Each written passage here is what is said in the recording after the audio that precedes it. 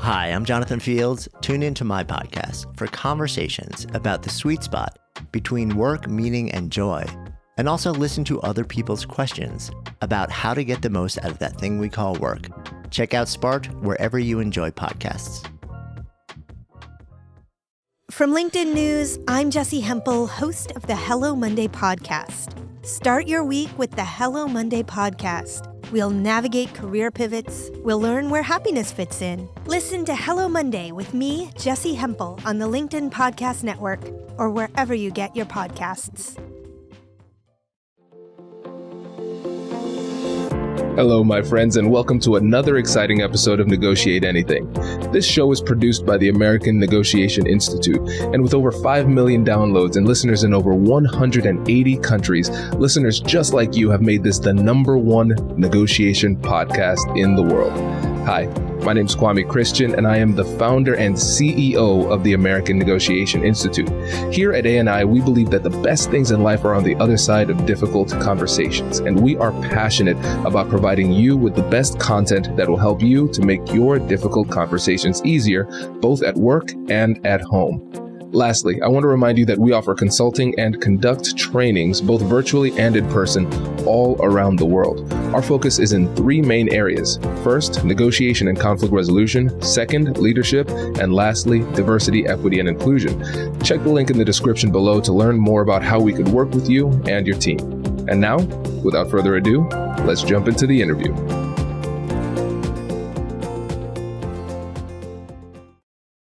Enda, thanks for joining us today.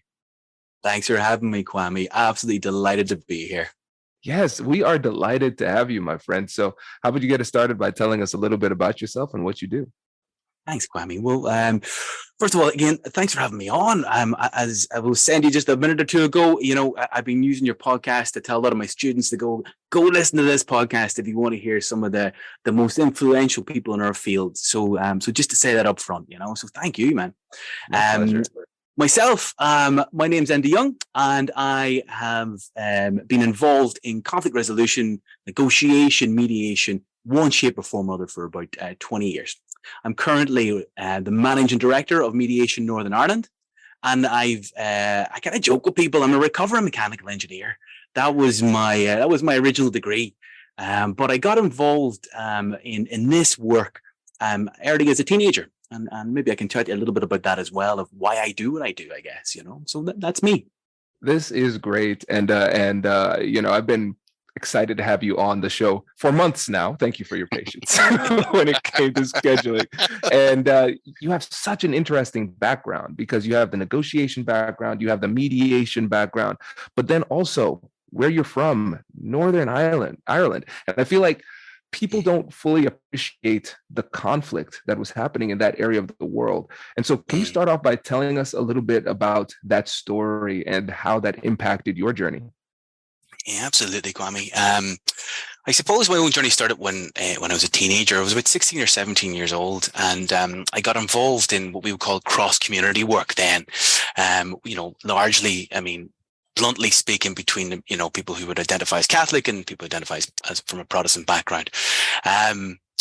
For myself, in the context, we had our Good Friday Belfast Peace Agreement, in 1998.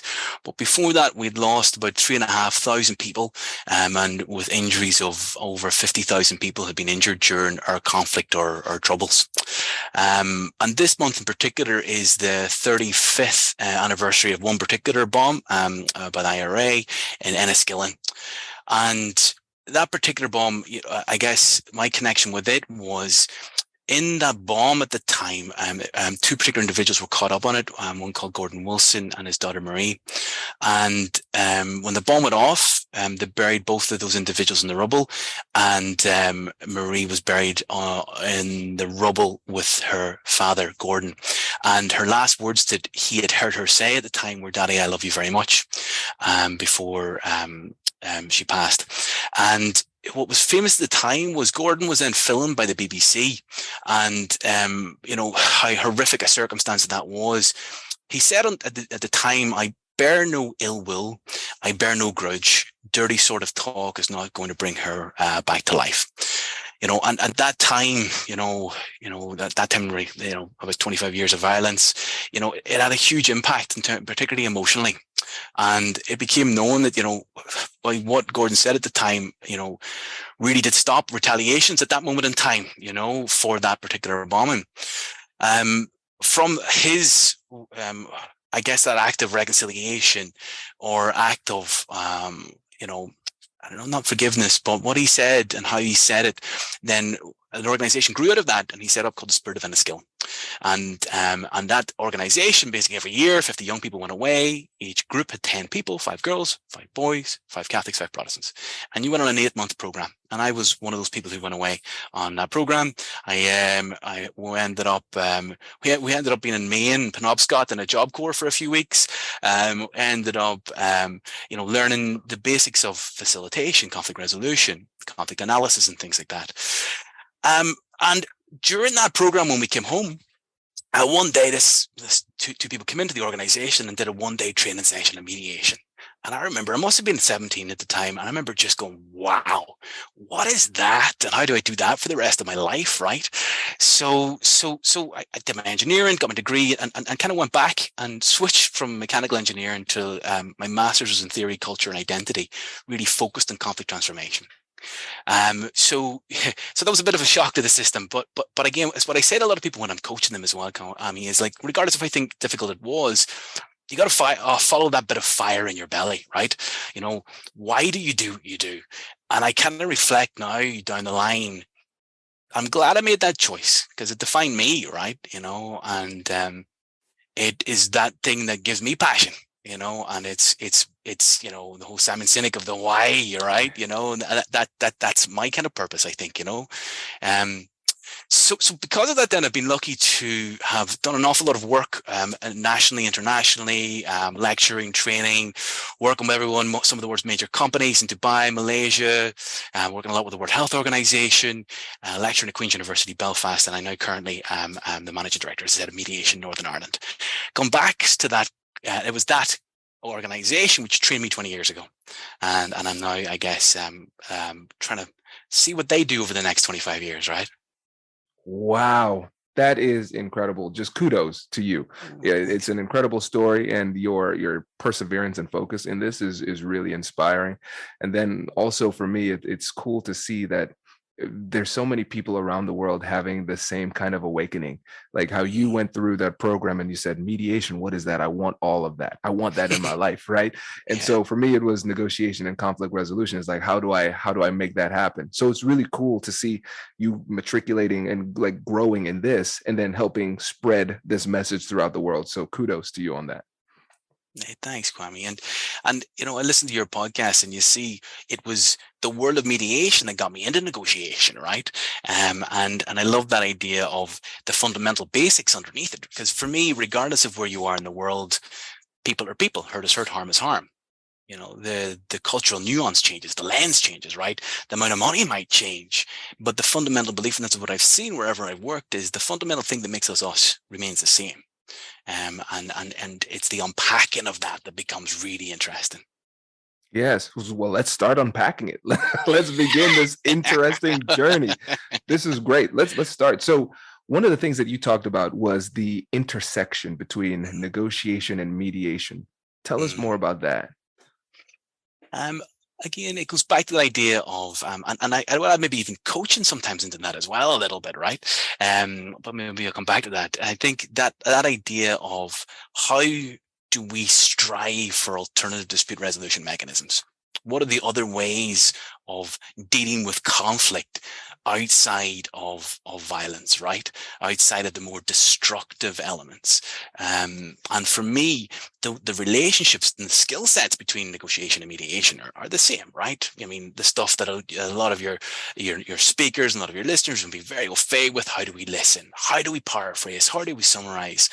How do we focus on dialogue and not just debate, and all of those elements? So I think there's a fundamental, connection there. I think then when you look at the similarity between, for example, mediation and coaching, which for me, a lot of these sit within that same spectrum, the belief that the person in front of you has the answer, right?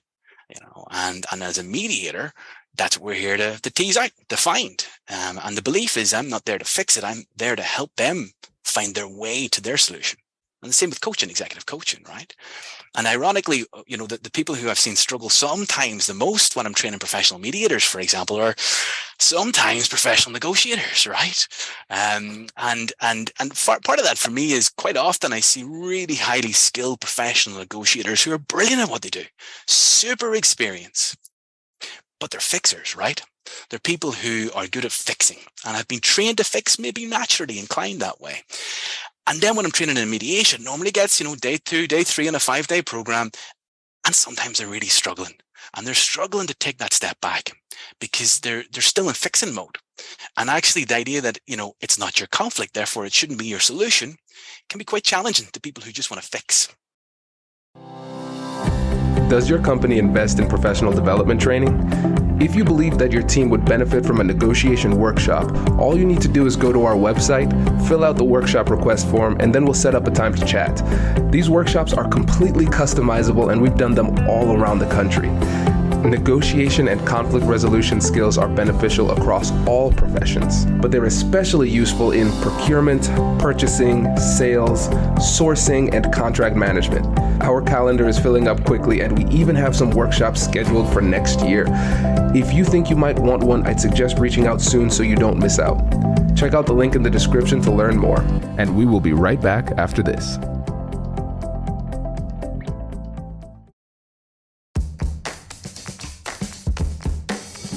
Hey you, I'm Andrew Seaman. Do you want a new job? Or do you want to move forward in your career?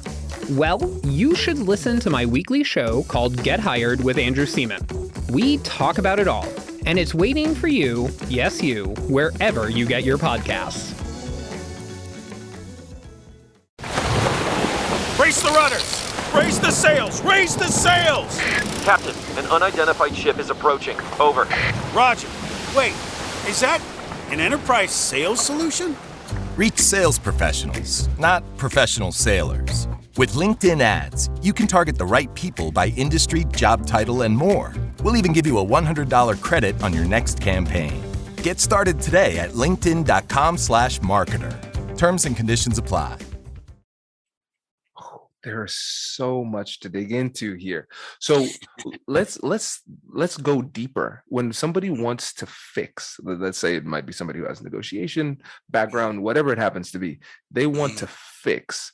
What is it within themselves that they need to change in order to adopt a better mindset to be a better mediator? Oh, I love that question. I think it comes down to being able to let go. Right?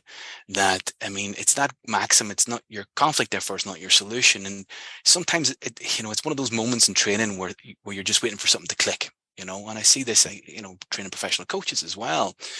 And I think for me, it comes down to the intention behind the action. Are you doing it for you? Or are you doing it for them? Also, this idea that let's take it from a very practical standpoint. If you are the negotiator who's now working in a mediation capacity and you see the solution, you feel the solution, and then you give the solution, yeah, again, it might make you feel good, right? And it gives you that, dopamine hit and all of that stuff. And it might work. It might work in the short term. But I guarantee you this, if you go back in the long term, you've removed ownership over that solution, right? And it's now your solution, which might work on paper, but how much real emotional investment do those individuals have who've been in that room with you? And particularly then if you're dealing with different power constructs, right? People will say yes if they know that, their boss needs them to say yes, for example, right? Or in a community setting, there may be other pressures there, for example. So who are you doing it for? And are you sure? Oh man, again, listen, and I need you to stop giving answers that are so profound because I have so many different angles that I want to go with my follow-up questions. Okay, so let's this is so good. Okay, so I love the fact that you're asking that grounding question. Are you doing it for you or doing it for them? Because I know there have been times in my life where I realized, why am I pushing so hard? What is this? Oh, this is about me. Because as a negotiator, sometimes we have that deal making bias. And then we make it about ourselves by saying, listen, if I'm a good negotiator, I can get this done. And it becomes very problematic, especially in your personal life, because now you're removing somebody's autonomy and agency, and they feel like you're forcing them. And it reminds me of one of the things, a saying somebody brought up in one of the trainings, and I told her, I'm like, listen, I'm going to put this in every training going forward. Collaboration builds commitment. Collaboration builds commitment. If Absolutely. They feel as though they can look at the deal and see some of themselves in the deal, they can look back and remember the process and see that they contributed to it. Now they're bought in, because it's not your deal, it's my deal, and I want this to succeed. And so we have to be able to remove ourselves, not just by recognizing, hey, my ego is now getting in the way, but also we realize that even if I let my ego get in the way and I do get a deal done, it's good for me, but it's not good for them, because the deal, what we want are lasting deals where people are bought in. That's really, really important. Absolutely. I mean, and I think, the ways that we can help negate that are, having good professional supervision as a mediator, for example, can help that. Having that, sounding board outside of the system and the process that you're currently working on. And the same as, coaches having coaches as well, right? Having someone to work that through, Absolutely. It's critical. It's critical. When you are seeing people going through this process, because you've trained a countless amount of mediators at this point, what would you say are the elements that separate the good mediators from the great mediators? I think a few things. One, curiosity, the ability to take that step back, emotional maturity sometimes, and the ability to realize that you're not always right and there's always more to learn, I think. And, when you do get those individuals on programs who are clearly, coming from a, maybe previous experience, or maybe naturally, inclined towards this work, the idea of going, actually, I do need to do some stuff on myself. That somebody said to me really, years ago, that really defined it really well. A good friend of mine who works for UCAN in Canada, it's about knowing your stuff, your own stuff. And I mean that in a non-patronizing sense, realizing that, you got to know your own conflict resolution style. Are you more inclined to avoid? Are you, and again, somebody said to me, a mentor from years ago, Murray Fitzgerald, said to me, some people who work in this field, and I mean that as negotiation, mediation, conflict resolution in general, sometimes some of us tend to be naturally attracted to conflict. And we got to be careful with that, Oh, that's fascinating. Go deeper on that last point.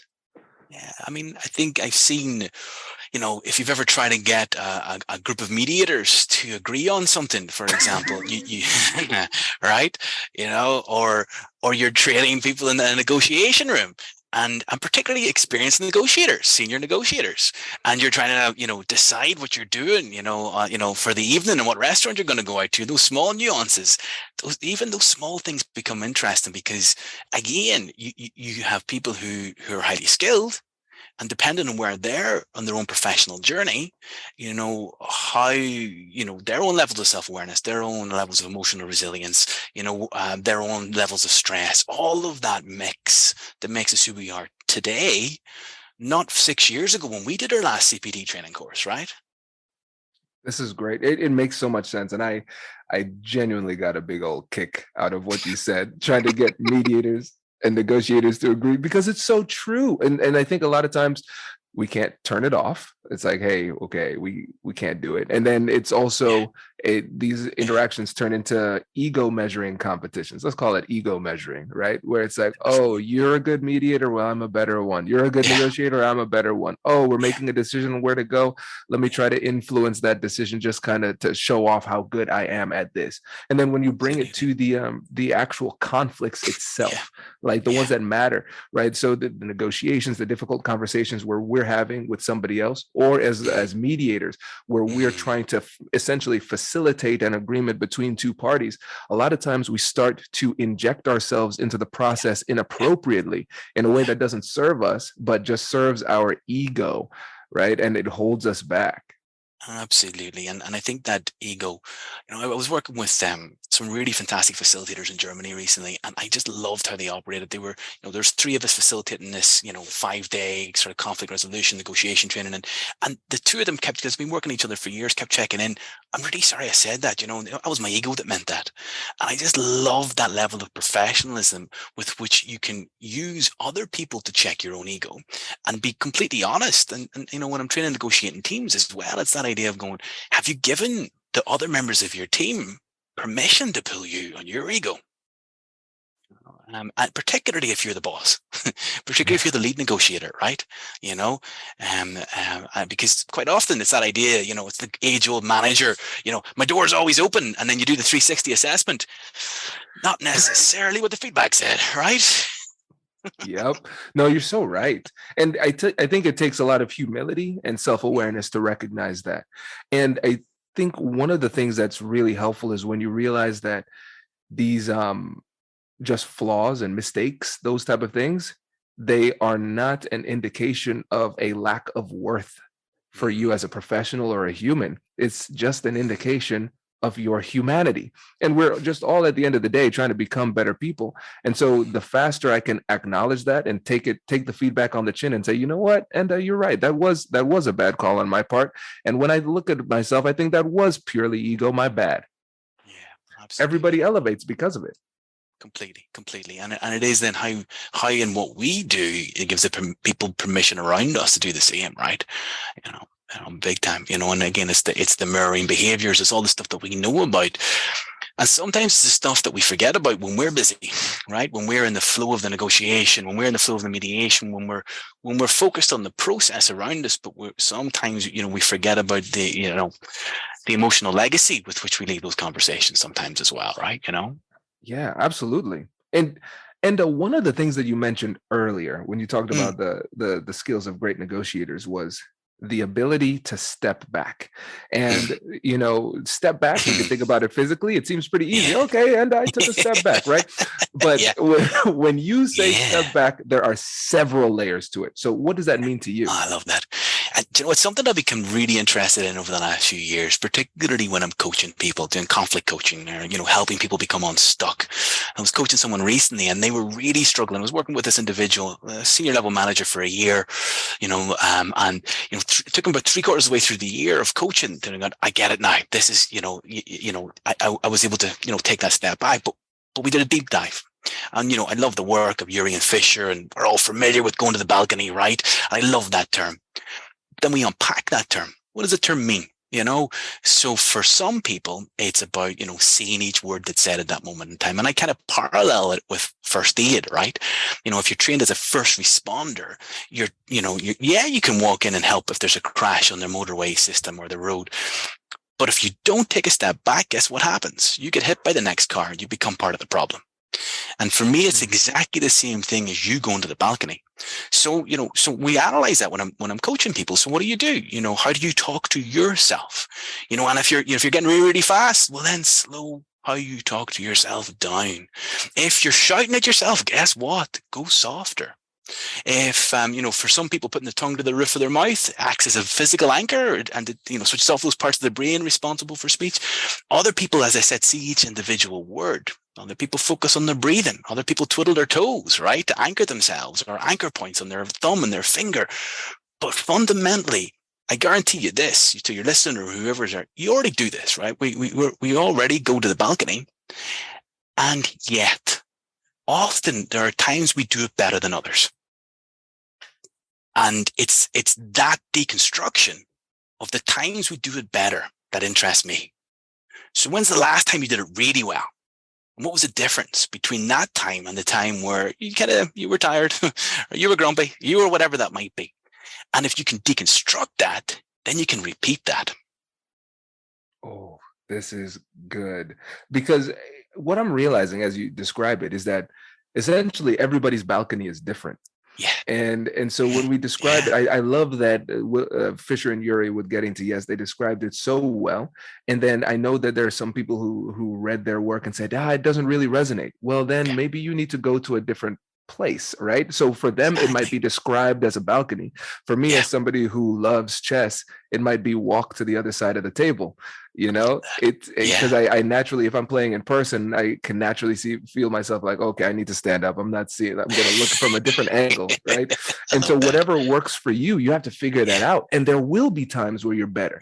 And so like, I'll disclose some examples. So I know for me, I'm better in general at work than I am at home. So like if it's a business negotiation, imagine like with a client, that's super easy because it's easy to detach. It becomes harder when it's colleagues at work, but still a little bit easier than it is at home with family and friends because those relationships are more lasting, right? And so then I realized, what is the mentality that helps me to do well in those? It's going to the balcony looks different. So for me in a mediation, I think to myself, listen, this is not my conflict. Right. And so I'm here to be the level head. If I'm not level headed, then who will be? So it's my responsibility. So I can I can pull myself back because it's not mine. But then at home, what I have to do is I have to say, I always say to myself, what would I tell somebody else to do? Because that puts me back into that, like the role of a professional. So I'm going to be more compassionate and empathetic with my tone, but I'm going to remember, stick to the fundamentals, listen, use empathy, use the compassionate curiosity framework, whatever it is. And so I stick to that form, but I have to have like a little Kwame coach in my head, know? So it's really cool to see that, you can get to that same destination using different methodologies. Absolutely. And I think it changes as well, right? Because it changes, with our own emotional resilience, our own levels of caffeine intake, our sleep, nutritional arrangements, exercise, all of those things affect that moment in time. So that idea of, preparation, before we go in as and I know you've got a really good preparation sheet on your website, all of that, all of that comes into your ability to go to the balcony. Today, before your next negotiation, before your next mediation, even those 30 seconds and we know how it affects her from a neurological and biological perspective. For me, I focus on my tone, right? Obviously Chris Voss talks about, the cool, late night DJ voice, or my wife calls it my UN voice, right? There's that, right?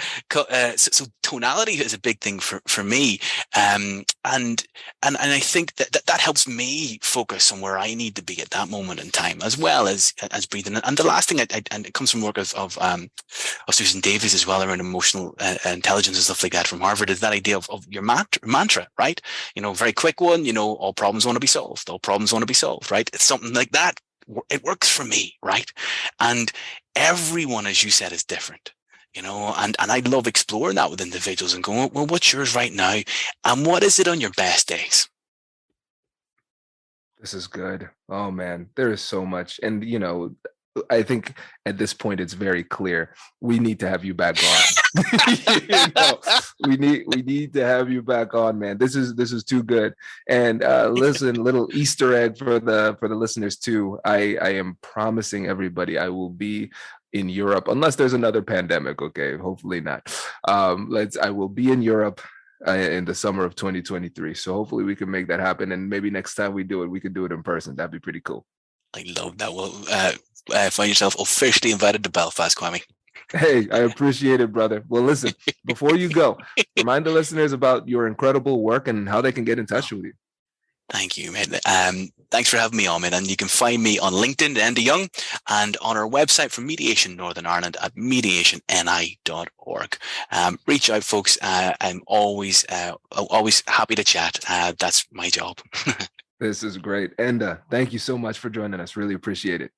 Thank you, Kwame. Thanks so much for having me on, buddy. Thank you. Congratulations! You've just joined an elite club. By listening to a full episode, you're now officially on the Negotiate Anything team. So welcome aboard. What most team members do is they subscribe to the podcast because that allows them to automatically get the latest episodes of the show.